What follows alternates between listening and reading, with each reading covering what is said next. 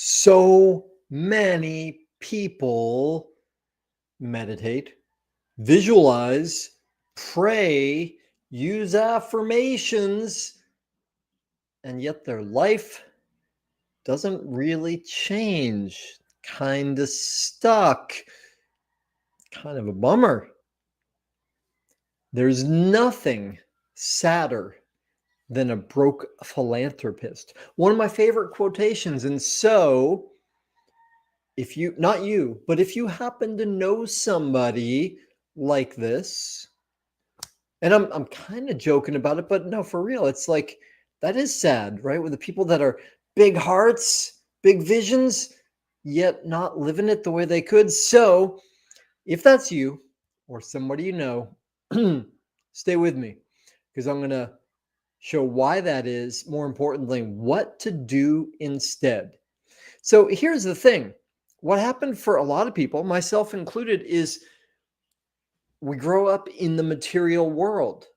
We are told, be somebody, right? We're told to get ahead.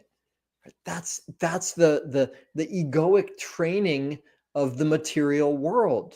And if we just break it down real simple, this is not rocket surgery here. We've got at least two selves. We've got at least two worlds, right? We've got the material, the physical, and we've got the spiritual, the invisible. And inside us, we've got the survival, what I like to call the human animal, and we've got the spiritual, right? The eternal, invincible part of ourselves. So we are here, as Jesus put it, to be in the world, yet not of it, to play the game fully, yet not care about the results, right? Or in the Bhagavad Gita put it, right? Do your dharma, do your duty, yet be free of the results, the fruits of your labor. So it's really easy to be sucked into the material world, right? And that's why most people are, right? Because it's right in front of us. It's all around us, right? It's like this. I won't touch it, but the microphone, right? It's solid, right? The camera, it's a solid thing. Even my body's, it's so, well, okay. It seems it's really seductive.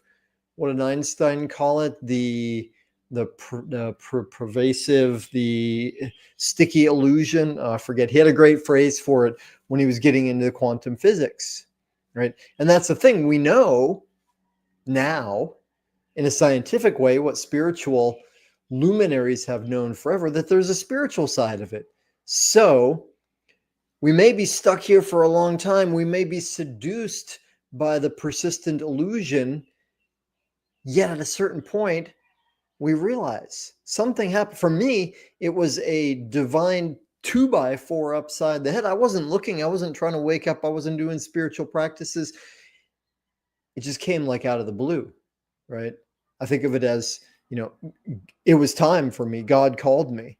And so that launched me into like, whoa, there's so much more, right? And whatever the way to get there is, so many people have awakened to new possibilities, to spiritual possibilities.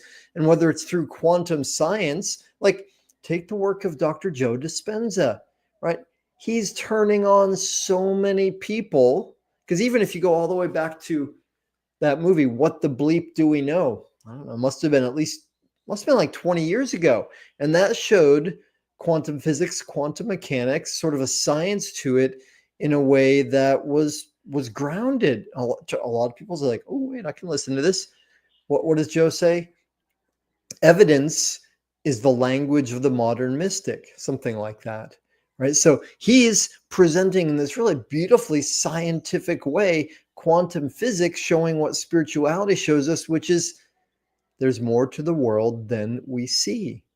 So we wake up to this possibility. We know now so much more is possible, right? And we learn, we study, and just let's take Joe Dispenza. I love his work. He teaches a kind of meditation that when you do it, you tap into the frequency, the vibration, the energy, the emotion of what you would love to create, what's possible. And for some people, it's healing their whole physically healthy selves. For some people, it's money, manifestation, right? For some, it's mystical experiences beyond the confinements of the physical, right? And he teaches people a way to access that, which is beautiful and awesome. Yet, may I be honest with you, most people in that work aren't getting anywhere, right? Or maybe they are getting somewhere, but it's the results are not showing up in their life, in their physical world, right? So there's a key in there, though. What is it? Joe talks about, how does he put it? Elevated emotions and clear intentions and elevated emotions, something like that, thought and feeling. Greg Braden talks about it beautifully, that the electromagnetic field of the heart is bigger, way bigger than the electromagnetic field of the brain. There's heart math, right? Heart math has done all kinds of tests on what happens when we get into heart coherence. Neville Goddard, right? A while back, kind of a Christian mystic, new age thought leader who teaches about a type of visualization. We got Abraham Hicks, Mike Dooley, Notes from the Universe. There's all these beautiful ways, Jack Canfield, all these different ways to manifest. Remember that word manifest, because we'll come back to it shortly. Right? Abraham Hicks will get in the vortex. It's about the feeling, the vibration. Go to Neville Goddard. He wrote a book called The Feeling is the Secret, something like that. I'm all over the place with the different authors and titles and everything. And it's all connected. They just have their different avenues, different ways into it. Yet, again, so many people well-versed in this, and that's been a lot of my life as well, well-versed in the spiritual, yet on the physical, it ain't showing up. So here's the deal. We need a bridge. You need a bridge. If you really want the manifestation, how to take what's up there, right, and bring it down here. One of my favorite images, archetypes from the tarot cards, tarot, right? It's the number 2 card. Number 1 is the fool. Number 0 is the fool. Step out into the world. Go on the adventure. That's what we're here for. We incarnated for that. Number 2, or actually number 1 in the deck, is the magician. The magician's got this image of one arm up and one arm down, right? And even like he's got a wand, a crystal wand up here. Magic. Why is, so much of the Harry Potter stuff, why do we love it so much? Because it's real. We know it's real. But how do we do it, right? What's the real world Hogwarts for us? So the magician up here with the wand reaching up, drawing spiritual energy, tapping into the quantum field, if you want to go that way. But then the other hand's down here, making it happen, making it real, seeing the results on Earth. We need that bridge. Too often it's, I'll do my meditation, I'll do my visualization, I will do this stuff, and I'm up here and I'm in this world, and that's awesome and beautiful. But then when I get back down to earth, when I go through the day, when I work, or do I even work? Because I should just be able to visualize it all. Yeah, trap that happens for a lot of spiritual. Well, look at The Secret, the movie The Secret. Just visualize and the red Corvette will pull up to your house. That's not quite how it works for most people, I believe. There are spiritual masters so enlightened that they can imagine, tap into the energy of, and the thing appears. Right? There are some great stories. I'm not there. If you're watching this, you're probably not there yet either. Well, maybe we'll get there. For now, though, we need a bridge. One aspect of the bridge is action, but that's not, and action's needed, right? And that's one of the big traps for spiritual folks. They don't take any action, visualize, meditate, pray, all of that. Cool, good, useful. Intention matters. But we need something more than that. And we need something more than that. So I tip my hat and thank my mentor, Steve Hardison, because he's, of all my mentors, and y'all may know, I've invested $750,000 over the last 30 years in my personal and spiritual development, education, being one of the best teachers in the world. Steve Hardison has a methodology, or taught a bunch of us a different way of working with this, right? Not just visualize, but take the visualization into practicality. And for what it looks like for me and the way I work with my clients is through a manifesto. I call it the Supreme Self Manifesto. I was speaking with a private client, a couple days ago, and we were talking about her Supreme Self Manifesto. And she mentioned that her husband is like, "Wow, manifesto, that's it's got some connotations, right?" Some people think of it like what Karl Marx and the Communist Manifesto, what was that called?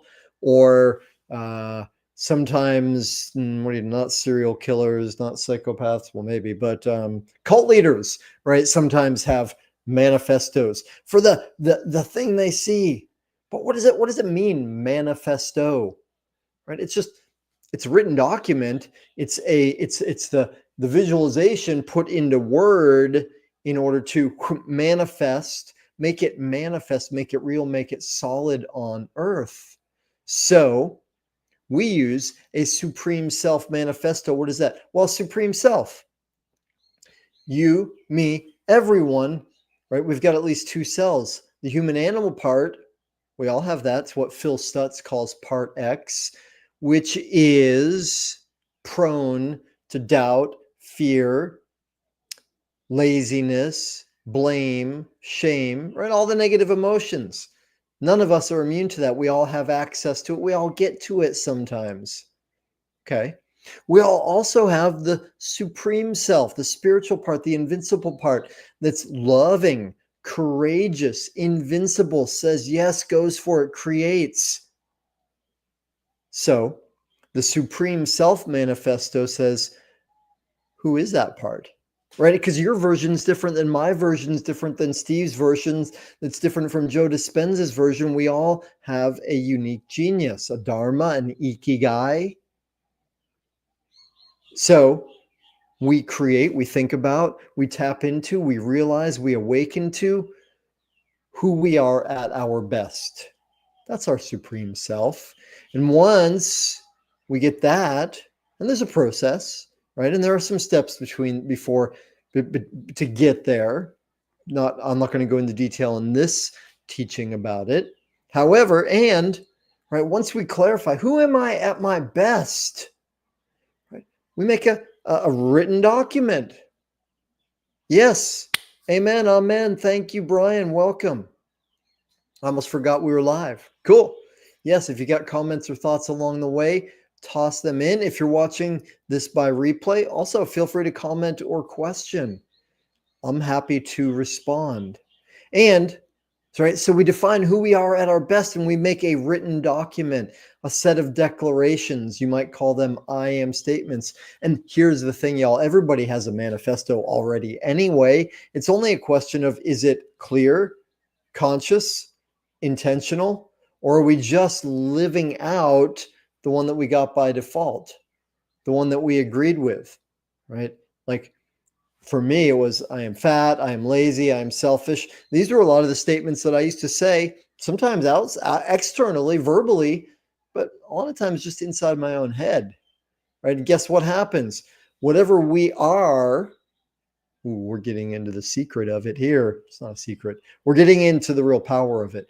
Whatever we are, it's all about being. I call being the ultimate technology. So whatever we are, and we are what we say we are, I am, that's what we create. That's what we live, right? So the bridge between the infinite possibilities and the physical is by who we are being. And if you want to go new agey on it, call it vibration or call it identity. Emerson said, who you are speaks so loudly, nobody hears a word you say. Right? Who we are. And we know this with parents, right? Parents and children don't pay attention to what we say. They do pay attention to what we do. And what we do is an extension of who we are. Right? Actions come from being. So the bridge. We create a manifesto, a set of declarations of who we are at our very best, free of the limitations, the past, the negative, the fear, the doubt. We create that manifesto, and that is a beautiful, sacred, awesome, amazing thing to do.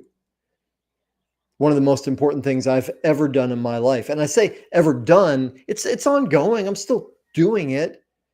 Right? Not only am I still doing it, like it's evolving, I change phrases, words as I grow, as I evolve, as I awaken more. It's also something I do on a daily basis. So there's the creation of the Supreme Self Manifesto. That's not fait accompli. That's not done.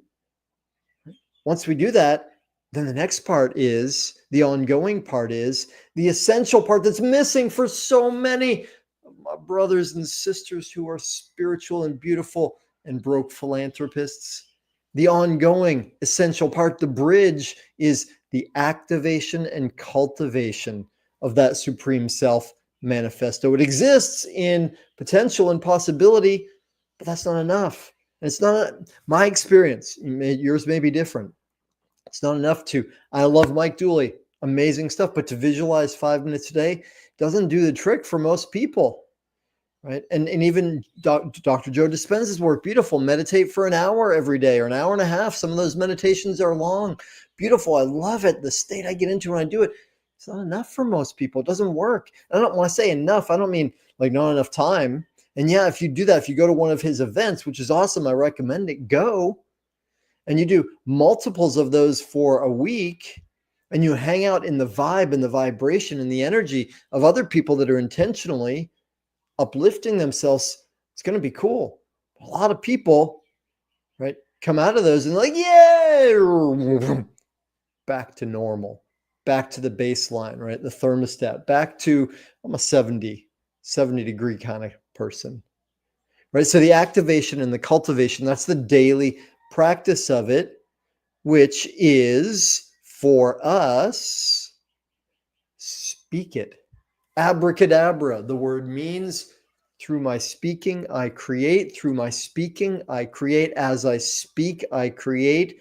The concept, the possible, into words, speak it into creation. And not just that, right?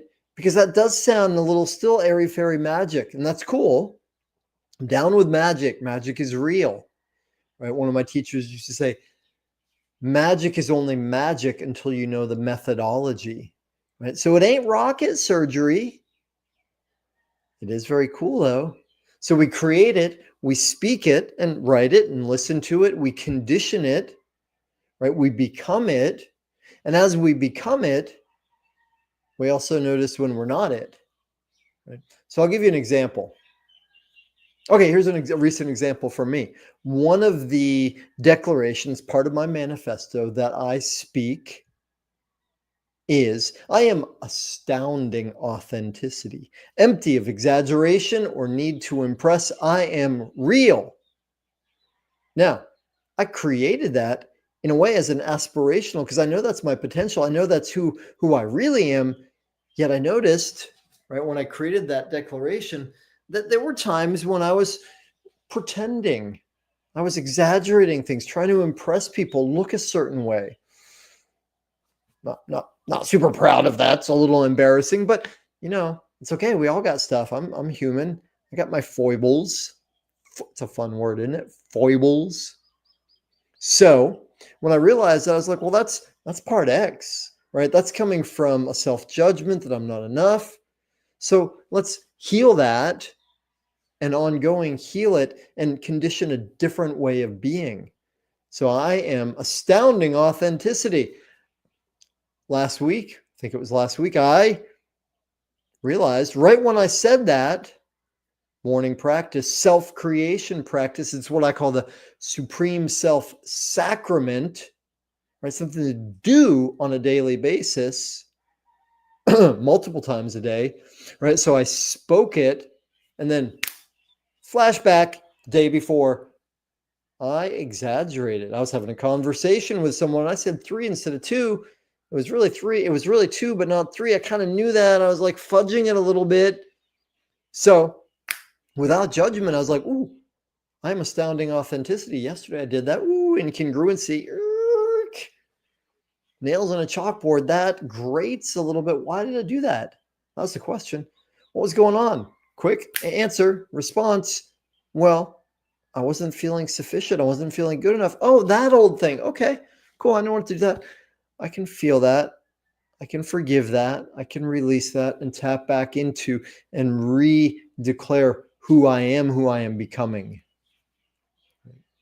So then that's one part, right? When we use that sacrament, that daily practice, right? We go from the possible to the actual. We condition it. It's an iterative process, activating and cultivating. I'm going to give you in a moment an example. I will speak to you, for you. I will share with you who I am, my supreme self at my best, free of that stuff. When we do that, it gives us the opportunity to, one, notice like, oh, yeah, I wasn't like that yesterday. So more awareness, that means next time I have more choice, more freedom. I can be that rather than caught in the habitual of that. Right? It also gives us the opportunity to collect evidence for, yeah, you know what? Yesterday I was really authentic. I was vulnerable, right? I am unconditional love and prodigious patience. That's another one. I speak that out loud. I listen to it. I have it recorded. I write it. And I live that more. Right? And I can reflect that yesterday I had an interaction with someone that was trying to my patience. It was challenging for me. And in the midst of it, I remembered I am unconditional love and prodigious patience. I was patient. Am I perfect with that? No, I'm getting better every day, though. Like removing the markers. So here's what it looks like. This is what I speak on a daily basis. This is what it is today. This is my Supreme Self Manifesto as I'm recording this February 21, 2025. It evolves because I evolve, I awaken. New insights mean, oh, right? Oh, I realized something. I can bring that into my manifesto. That's the practical way of developing self, creating self. Because guess what? If we don't consciously create ourselves, and remember, being who we are, that's what creates our thoughts. It's what creates our actions. That's what creates our life and the results. If we don't consciously create it, we live the old, we live the default, we live what others are programming us, what the television is, what the television, what the media, what the advertisers, the marketers are telling us. That becomes our vision of who we are. So here's what my declaration looks like, sounds like, and maybe feels like today. Here's how I start.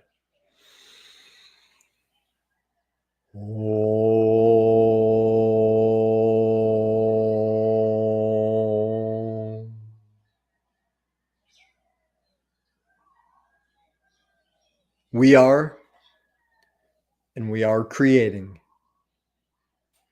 Being matters most. Freedom, love, vibrancy. We are that. We use this manifesto to breathe life now into our supreme selves now. Abracadabra. Excuse me. We are infinity and divinity, one with God, surrendered to Him, friend and apprentice to Jesus. We are immense electric energy, a wellspring of power, walking on water, swimming in earth. We are a holy magnifying glass, starting fires of love. We are kintsugi, magnificently messy, making masterpieces. We are sword and scythe, happy to hurt in order to heal. We are infinite, impactful service, heart broken open, loving, purely, generously, absent of self-concern. We are unconditional love and prodigious patience, a king giving order, protection, and blessings. Everyone, our family, always deserving our embrace, especially Zeta Shazandra Aaron. We are scintillating, unfiltered, and immediate expression and action. We are systematic consistency, strategy, planning, execution, tracking, a reliable vessel for spirit. And we are the world's greatest vibrant life coach and champion, catalyzing miracles and activating enlightenments. We are the Porsche power. We are the effortless transmission of the Porsche power value of coaching, such that they grok it, invest in it, receive it. We are worshiping this temple, lean, muscular, flexible, and free, joyously sculpting this body of a God. And we are love, glowing with goodness, grace, and glory, shining for all. We are innocence, forgiving ourselves and everyone, prioritizing understanding over the need to be understood. We are that beings, regardless of form or status, want to be with us. Our presence makes their lives better, and they love themselves more every time they are with us. We are the cause. In the face of adversity, we rise, transforming fear into anti-fragility. Bring it on. We are the forge of discipline, avoiding nothing, indomitable, supreme certainty. We love pain, challenge, discomfort, and dirt. And we are a lightning rod for God, entertaining and empowering millions, especially the one we are with now. We are inspirational leadership and authorship, alchemizing criticism into brilliance. We have it all. We have everything we want and more. The more we have, the more we are given. The more we are given, the more we give. The more we give, the more we are given. And the more we have, the more we give, are given, have, give.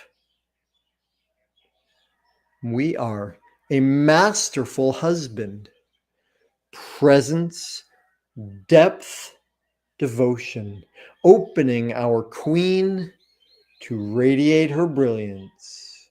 We are legendary love. Our bond is sacrosanct, and together we grow. We are forever friendship, part and parcel of cherished groups of friends. And together we create interlocking circles of communal coherence. We are arete, integrity, and mastery. We are Daniel, conduit for loving wisdom, beacon of peace, and catalytic contribution to justice and love. So it is written, so it is spoken, so it is. Hari Om Tat Sat. Thank you for allowing me to share who I am with you. A couple notes. I used, what do you call that? Second person singular? No, first person plural. First person plural, we rather than I.